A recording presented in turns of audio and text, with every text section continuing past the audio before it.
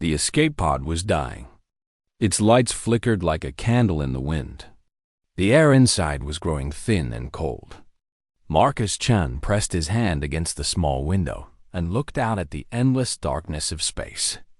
He had been drifting for 11 days now. His water was almost gone. His food had run out 3 days ago. The emergency beacon had stopped working on day 5. He was going to die out here, alone. In the cold space between stars, Marcus was a surveyor for the Terran Exploration Corps. His job was to map distant star systems and look for planets that humans might one day call home. He had been doing this work for 12 years. He had seen wonders that most people could only dream about. He had walked on moons made of pure ice. He had watched binary suns rise over alien oceans.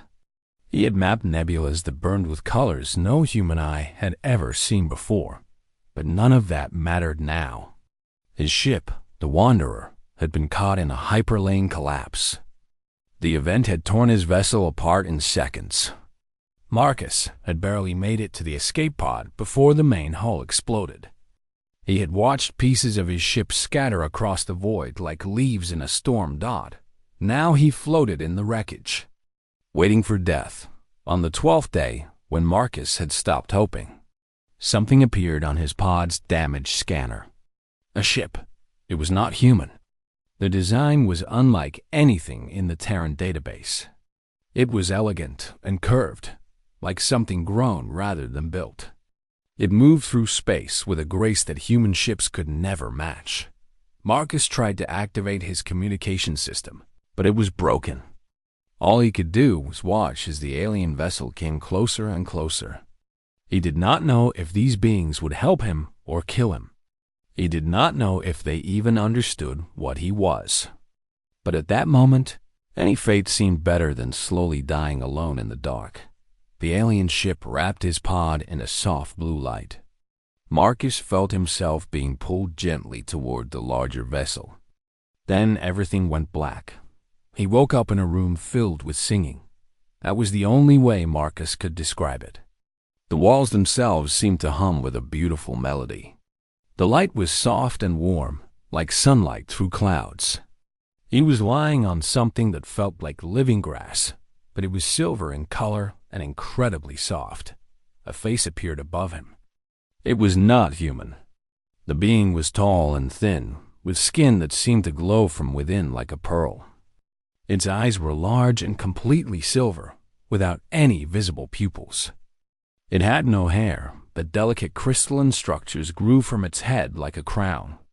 When it spoke, its voice was like music that Marcus could not understand the words. But he understood the tone. Gentle, caring, curious. Over the following weeks, Marcus learned that he had been rescued by a species called the Valorians. Their world, Valoria Prime, was a place of impossible beauty. The forests were made of living crystal that sang when the wind blew through them. The sky shifted through colors that Marcus had no names for. Everything on this world seemed to be alive in ways that human science could not explain. The Valorians were a peaceful people. They had never known war.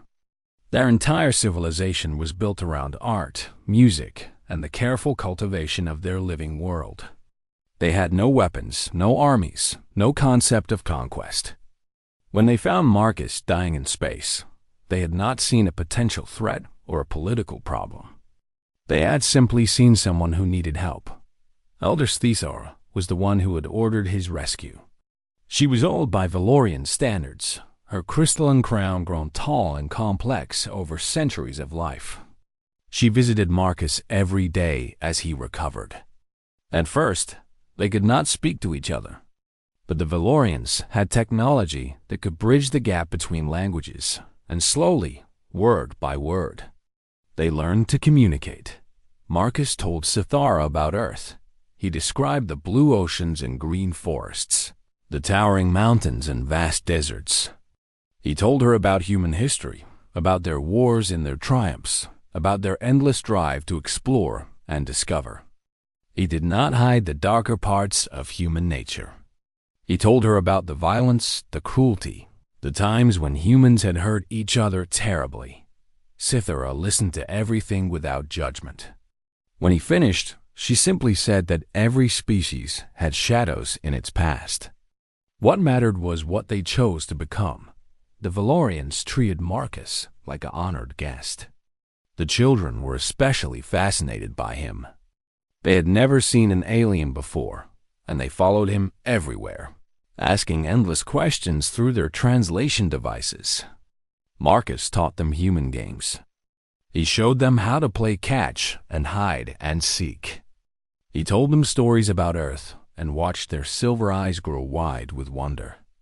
3 months passed. Marcus grew strong again.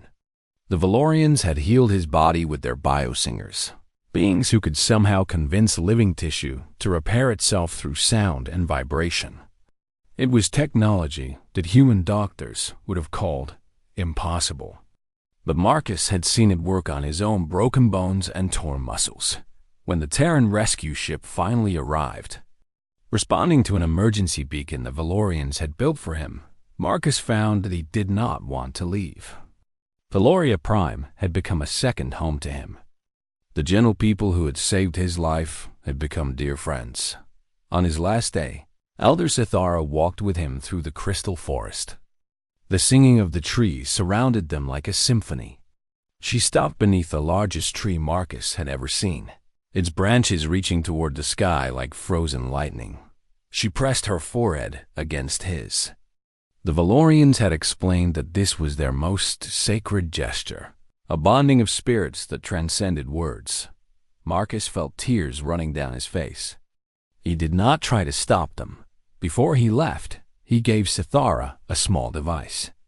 It was a communication beacon, modified with human technology. He told her that if the Valorians ever needed help, if they ever faced danger they could not handle alone, she should activate it. The signal would reach Earth, and Earth would answer. Cythera accepted the gift with a gentle smile.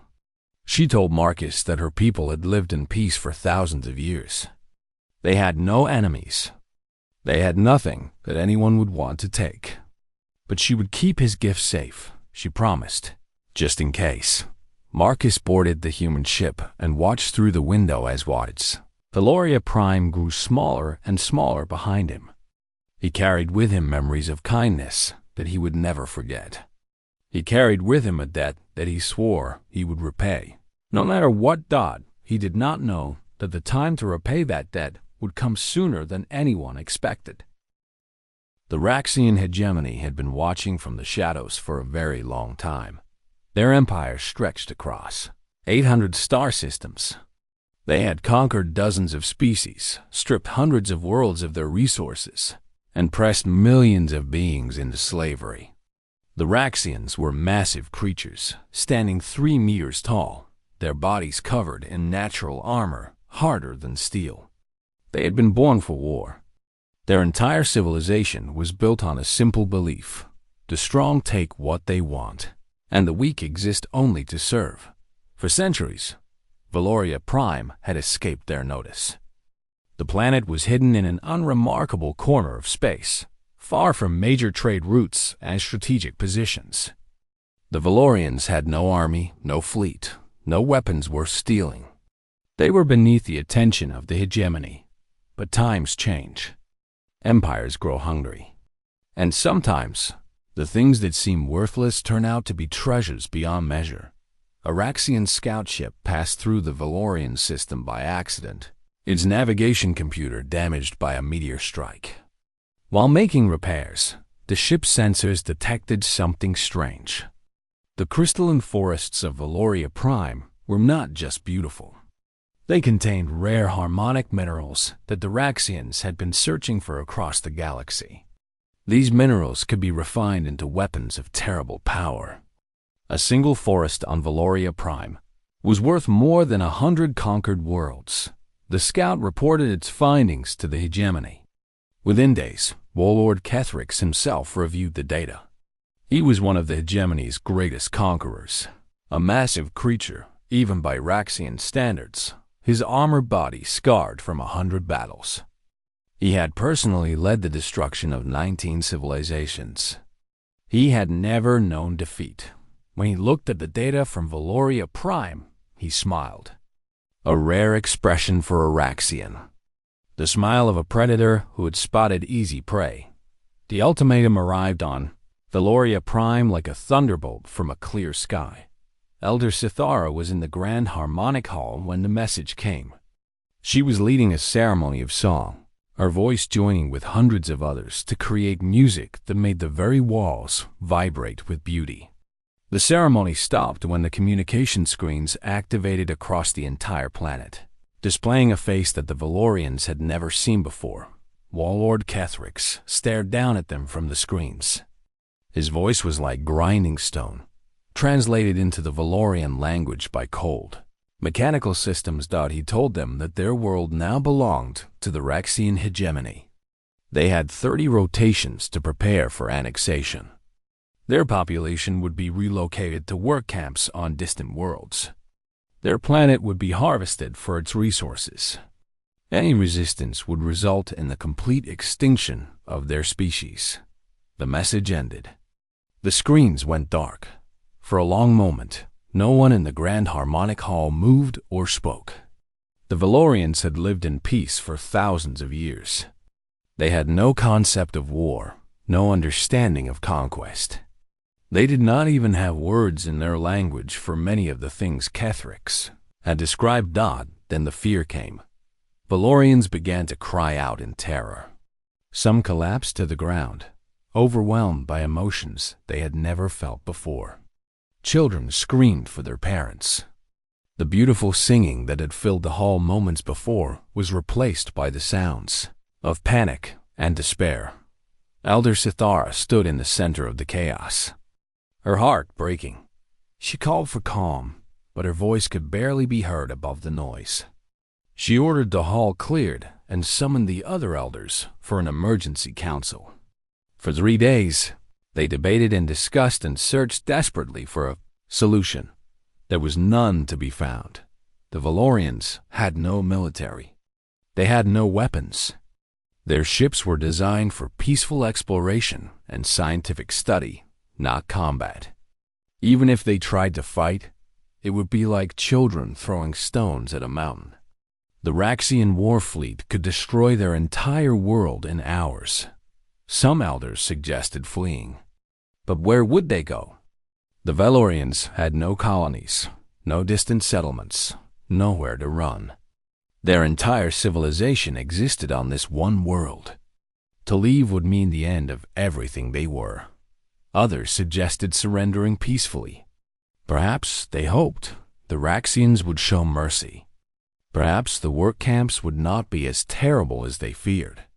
Perhaps they could survive as slaves and one day earn their freedom. But Elder Sithara had seen the look in Kethrix's eyes. She had heard the pleasure in his voice as he described their fate. There would be no mercy from the hegemony. The Raxians did not see the Valorians as people. They saw them as resources to be used and discarded. On the 4th night, alone in her chambers, Sithara remembered a gift she had been given many months ago. A small device sitting on a shelf, almost forgotten. A communication beacon left by a strange alien who had washed up on their shores like driftwood from a distant sea. Marcus Chun, the human. Sithara had not thought about him much since his departure. Humans were a young species, barely established in the galaxy. What could they possibly do against the might of the Raxian hegemony? It seemed foolish to even ask, but Sithara was out of options. Her people were going to die, and she had no way to save them. She activated the beacon with trembling hands. A small light blinked on, indicating that the device was working, that her message would travel across the vast distances of space toward a small blue planet called Earth. She did not know what to say. She had no experience asking for help, no practice begging for salvation. So she simply spoke from her heart. She told Marcus who she was. She told him what had happened. She told him that her people were peaceful and had done nothing to deserve this fate. She told him that they did not know how to fight. did not know how to protect themselves, did not know how to be anything other than what they had always been. She told him that they had helped him once, when he was dying and alone. She told him that she was not asking him to repay that debt. She was simply asking, as one being to another, for help. Her voice broke as she finished the message. She said that they were afraid. She said that they did not want to die. She asked if anyone could hear her voice, if anyone remembered the gentle people who had once saved a stranger from the cold darkness of space, to please help them. The message ended. The beacon fell silent. Sithara sat alone in the darkness for a long time. Outside her window, the crystal forests sang their endless songs, not knowing that they might soon be silent forever. The moons rose over Valoria Prime, casting silver light across a world that might not exist in 30 days. Far away, traveling faster than light through the endless void, a tiny signal raced toward Earth. And somewhere in the universe, someone was listening. The message reached Earth in 6 hours. It arrived at the Terran Deep Space Communications Center in the middle of the night, flagged by automated systems as an unknown signal from an unregistered source. A junior technician named Sarah Park was the first human to hear Elder Sithra's voice. She listened to the trembling words, the fear, the desperate plea for help, and immediately sent the message up the chain of command. By morning, the signal had passed through 17 different departments. Intelligence officers analyzed it for authenticity. Diplomatic teams researched the Valorian species. Military strategists pulled data on the Raxian hegemony. And someone, somewhere in that vast network of information, recognized a name in the message. Marcus Chun. Within hours, Marcus was on a transport shuttle heading to Earth. He had been working in a distant system when the call came, mapping asteroids for potential mining operations. Now he sat in a military briefing room at Terran Fleet Command, listening to Sithra's message play through speakers. That made her musical voice sound flat and distant, but the fear in her words was unmistakable. Marcus sat with his hands clasped tightly together, his knuckles white. Across the table from him sat Admiral Yuki Tanaka, commander of the Terran Expeditionary Fleet. She was a small woman with gray hair cut short and eyes that had seen more combat than most people could imagine. She had led the defense of human colonies during the border wars. She had negotiated peace treaties with species that most humans could not even pronounce. She was, by any measure, one of the most powerful military officers in human history. She watched Marcus as the message ended, and the room fell silent. Marcus spoke first. His voice was rough with emotion. He told the Admiral everything. He told her about his rescue, about the 3 months he had spent on Valoria Prime, about the gentle people who had saved his life when they had no reason to do so. He told her about Elder Sithara, about the children who had followed him through crystal forests, about the songs that the trees sang when the wind blew through them. He told her that the Valorians were good people, innocent people. They had never hurt anyone in their entire history as a species. And now they were going to be enslaved or killed by the Raxian hegemony, simply because their planet contained resources that the Raxians wanted. Admiral Tanaka listened without interrupting. When Marcus finished, she pulled up a holographic display showing the region of space around Valoria Prime. Red markers indicated the known positions of Raxian military forces. The numbers were not encouraging. She explained the situation in plain terms. The Galactic Concord, the loose alliance of spacefaring civilizations, would not intervene. Valoria Prime was not a member world.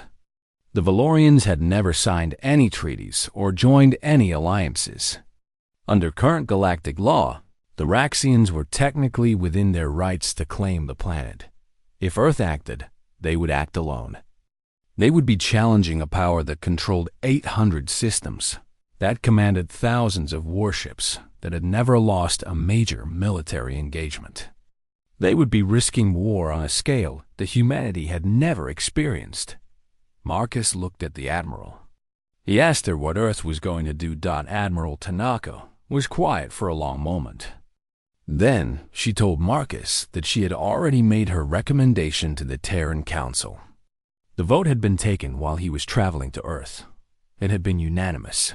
Humanity was going to help. Marcus felt his legs go weak. He sat down heavily in his chair. He asked the Admiral why. Why would Earth risk so much for a species they had never met? A world they had no connection to. A planet that offered them nothing in return. Admiral Tanaka smiled. It was a cold smile, but not an unkind one. She told Marcus that he had answered his own question. The Valorians had helped a human when they had no reason to do so. They had saved his life simply because it was the right thing to do.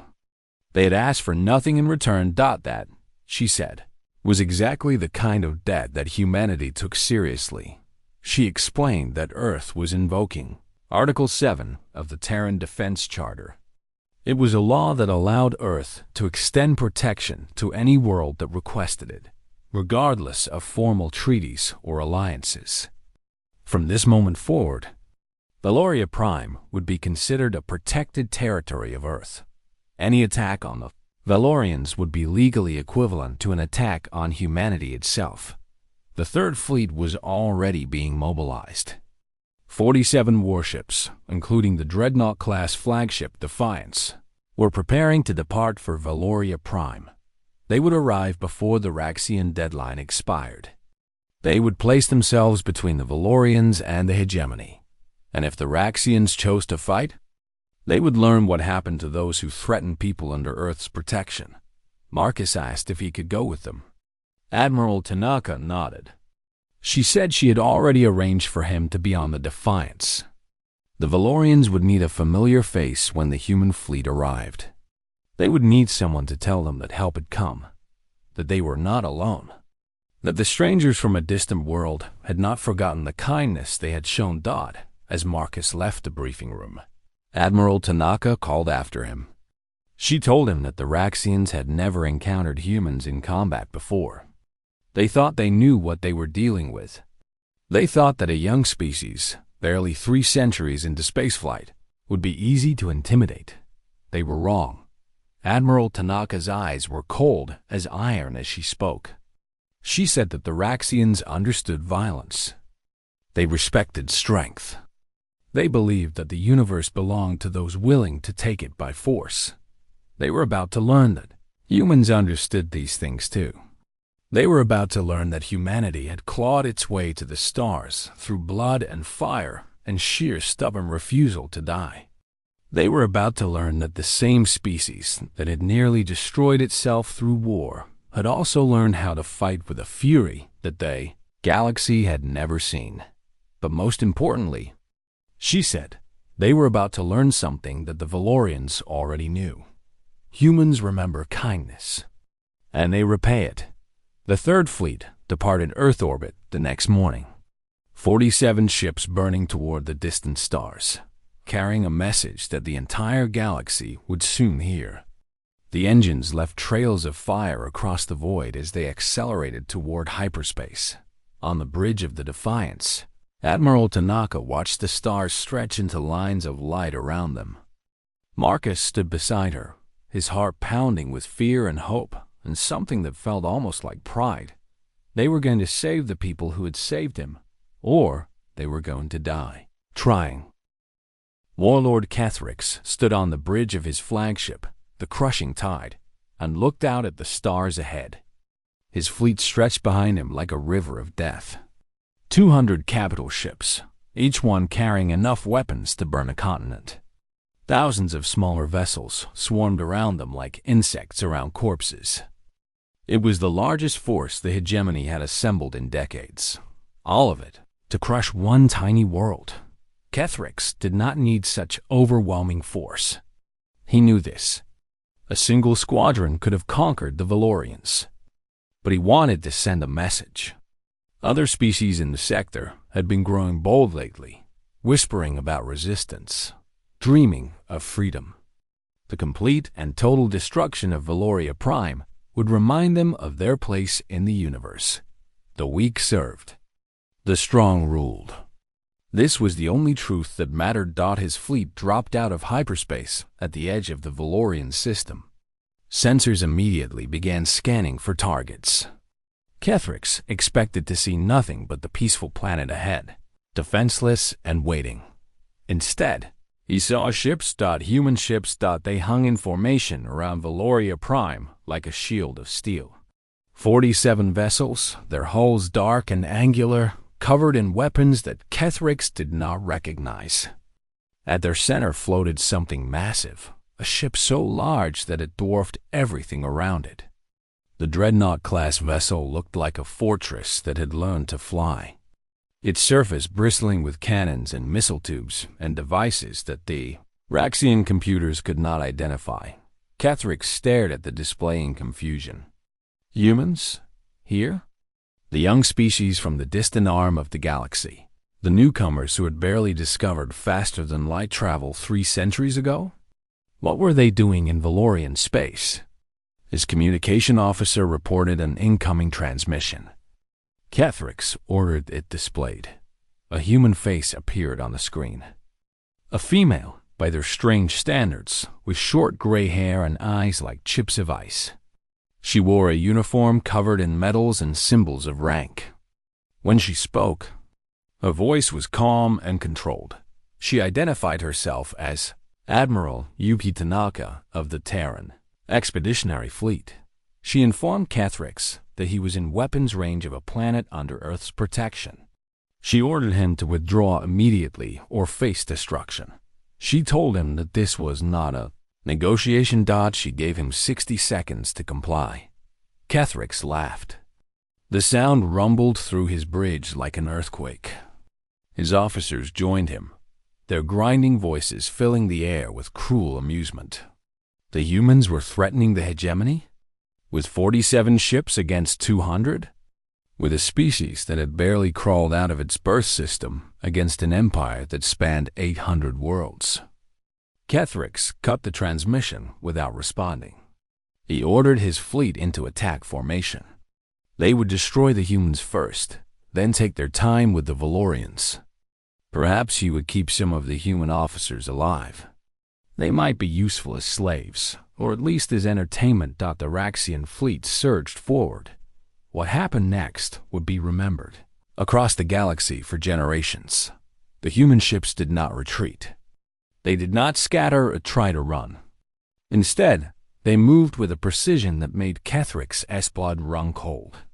Every vessel acted as part of a single organism, coordinated by artificial minds that thought faster than any living creature could follow. They flowed around the Raxian formation like water around stones, always staying in motion, never presenting easy targets. Then they opened fire. Kethrix had seen many weapons in his centuries of war. He had watched plasma cannons melt through fortress walls. He had seen kinetic bombardments crack planets to their cores. He thought he understood the limits of destruction. He was wrong. The human rail cannons fired projectiles at speeds that should have been impossible. They punched through Raxian armor like it was paper, tearing ships apart from the inside. Energy weapons carved burning lines across the void, slicing through hulls and reactors with surgical precision. And the missiles, what the humans called Hellfire torpedoes, moved so fast that the Raxian point defense systems could not even track them. Ships began to die. First 1, then 10, then 50. The void filled with expanding clouds of debris and flame. But the technology was only part of it. What truly broke the Raxian fleet was how the humans fought. The Raxians understood war as a contest of strength. They charged at their enemies, crushed them with superior numbers, gloried in close combat where their natural armor gave them advantages. They expected other species to fight the same way.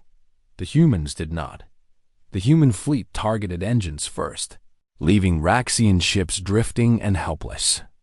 They destroyed command vessels to shatter coordination, turning the mighty fleet into a confused mob. They attacked from angles that the Raxians never expected, disappeared before counterattacks could land, then reappeared somewhere else entirely. They fought without honor, without glory, without any of the rituals that the hegemony considered sacred. They fought to win. 14 minutes after the battle began, 162 Raxian ships were destroyed or disabled. The crushing tide itself floated dead in space. Its bridge opened the vacuum. Warlord Kethric's frozen body drifting among the wreckage. The remaining 38 vessels fled into hyperspace, their commanders screaming warnings into their communicators. Admiral Tanaka watched them go. Then she opened a channel that broadcast across all frequencies. She told the fleeing Raxians to carry a message to their masters. She told them to explain what had happened at Valoria Prime. She told them to make very clear that this world was under Earth's protection, and she told them to make sure the hegemony understood one simple truth: humans remember kindness, and they repay it. The channel closed. The void fell silent except for the distant sounds of cooling debris and dying fires. On Valoria Prime, the people emerged from their shelters and looked up at the sky. They had heard the battle through their atmospheric sensors, felt the tremors as falling wreckage burned in the upper atmosphere. They had huddled in fear, waiting for the end. Instead, they saw human ships descending through the clouds. Medical vessels, supply carriers, shuttles marked with symbols of peace. The invaders were gone, and in their place were the people who had come to save them. Elder Sithara stood in the crystal forest where she had said goodbye to Marcus Chun so many months ago. She watched a shuttle land in the clearing, its engines kicking up showers of silver leaves. The hatch opened, and a familiar figure stepped out. Marcus walked toward her with tears running down his face. He did not speak. He simply pressed his forehead to hers, the way she had taught him. Around them, the crystal trees began to sing. In the days after the battle, Valoria Prime transformed into something it had never been before, a world touched by outsiders. Human medical ships descended through the atmosphere, their crews ready to treat injuries and trauma. But they found few physical wounds to heal. The Valorians had never been attacked directly. Their suffering was of a different kind. It was the terror of facing extinction, the shock of discovering that the universe contained beings who would destroy them for resources, the loss of innocence that could never be restored. The human doctors understood this kind of wound too. They had seen it in refugees from 100 conflicts, in survivors of disasters both natural and artificial. They treated the Valorians with patience and kindness, sitting with them through long nights, listening to their fears, helping them process emotions that their peaceful culture had no framework to understand. Marcus Chun worked alongside them. He had requested permission to remain on Valoria Prime for as long as he was needed. Admiral Tanaka had granted it without hesitation. She understood that the connection between Marcus and the Valorians was something that could not be replaced by official diplomats or professional counselors. Elder Sithara walked with Marcus through the crystal forests in the weeks that followed. The singing trees had returned to their normal melodies, but Sithara told Marcus that she could hear a new note in their songs, something that had not been there before. She was not sure if it was fear or gratitude or something else entirely. Perhaps the forests themselves were still trying to understand what had happened. Marcus told her about the battle. He described the human ships and their weapons, the 14 minutes of violence that had broken the Raxian fleet. He did not hide the truth of what humanity was.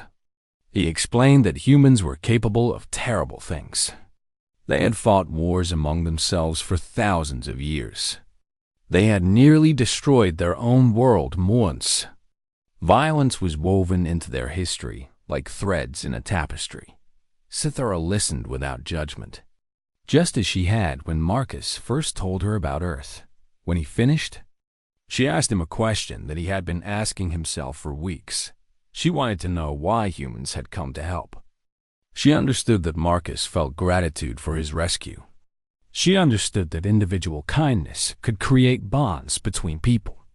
But she did not understand why an entire civilization, a species of billions, would send their warships across the galaxy to protect strangers they had never met. Marcus thought about the question for a long time before answering. He told her that humans were complicated. They were capable of great cruelty, but also great compassion. They could be selfish and greedy, but they could also sacrifice everything for people they had never known. The same species that had built weapons capable of destroying worlds had also built hospitals and schools and shelters for those in need. But there was one thing that ran through all of human history, he said. One constant that appeared in every culture, every civilization, every era. Humans formed bonds. They created families and friendships and alliances. And once those bonds were formed, humans would fight to protect them with everything they had. The Valorians had shown kindness to a human. They had saved Marcus when he was dying, asked nothing in return, treated him like family. In doing so, they had created a bond that extended beyond Marcus himself. They had become connected to humanity in a way that could not be measured by treaties or trade agreements. When Cythera's message reached Earth, it did not matter that most humans had never heard of the Valorians. It did not matter that Valoria Prime offered no strategic value or economic benefit. What mattered was that someone had helped one of their own, and now that someone needed help in return, humans repaid their debts. It was as simple as that. In the months that followed, the relationship between Earth and Valoria Prime grew stronger. A formal treaty was signed, establishing Valoria Prime as a protected territory. But the document made clear that this was not a conquest or an annexation. The Valorians remained independent. They governed themselves according to their own traditions. Earth asked nothing from them except friendship. Human engineers arrived to help build defensive systems. The Valorians would never use these weapons themselves, but the installations would serve as a warning to any future aggressors. Automated defense platforms orbited the planet, ready to respond to threats without requiring Valorian participation. Cultural exchanges began. Valorian musicians traveled to Earth, sharing their songs with audiences who had never heard anything like them. Human artists and scientists visited Valoria Prime, studying the living crystal and the biosingers and the countless wonders of this peaceful world. Children from both species grew up learning about each other, forming friendships that would shape the future. The Raxian hegemony did not attack again. The defeat at Valoria Prime had shaken them deeply. Warlord Cathrix had been one of their greatest commanders, and he had been killed in minutes by a species the hegemony had dismissed as irrelevant. The power structure of the hegemony shifted. Diplomats began to appear where once there had only been soldiers. They sought treaties and trade agreements rather than conquest. Throughout the galaxy, other species watched and remembered. Small worlds that had lived in fear of larger powers began to reconsider their positions. Peaceful civilizations that had hidden themselves away started to reach out, wondering if perhaps they too could find friends among the stars. The message of Valoria Prime spread far and wide. There was a species out there that protected those who showed kindness. There was a shield for the innocent. Not everyone was pleased by this development. Some powers resented the humans for disrupting the old order. Some feared what it might mean if the weak began to believe they could survive without submitting to the strong. But no one was willing to test humanity's resolve. Not after what had happened to the Raxians. Years later, Elder Cythera stood in the Grand Harmonic Hall and addressed her people. She spoke of the dark time when they had faced extinction, and of the light that had come from the most unexpected source. She spoke of the bond between Valorians and humans, forged in kindness and sealed in fire. She told them that the universe was large and strange and often cruel. There were powers that cared only for strength, that saw compassion as weakness, that believed the only law was force. The Valorians had learned this truth in the most painful way possible, but they had also learned another truth. Kindness mattered. It mattered because it created connections that transcended species and distance and time. It mattered because there were beings in the universe who remembered it and valued it and were willing to fight for it. The humans called themselves young, Sathara said. They thought of their species as newcomers to the galaxy, still learning their place among the stars. But she believed they were wrong. The humans carried something ancient with them, something that existed before civilizations and empires, before technology and war. They carried the understanding that we are stronger together than apart. They carried the knowledge that protecting others is the highest purpose any being can serve. The crystal forests sang their eternal songs around the hall. The Valorians listened in silence, their silver eyes reflecting the soft light. Far above them, human ships continued their patrol. They would be there for as long as they were needed. They would be there forever, if necessary, because humans remembered kindness, and they always repaid their debts.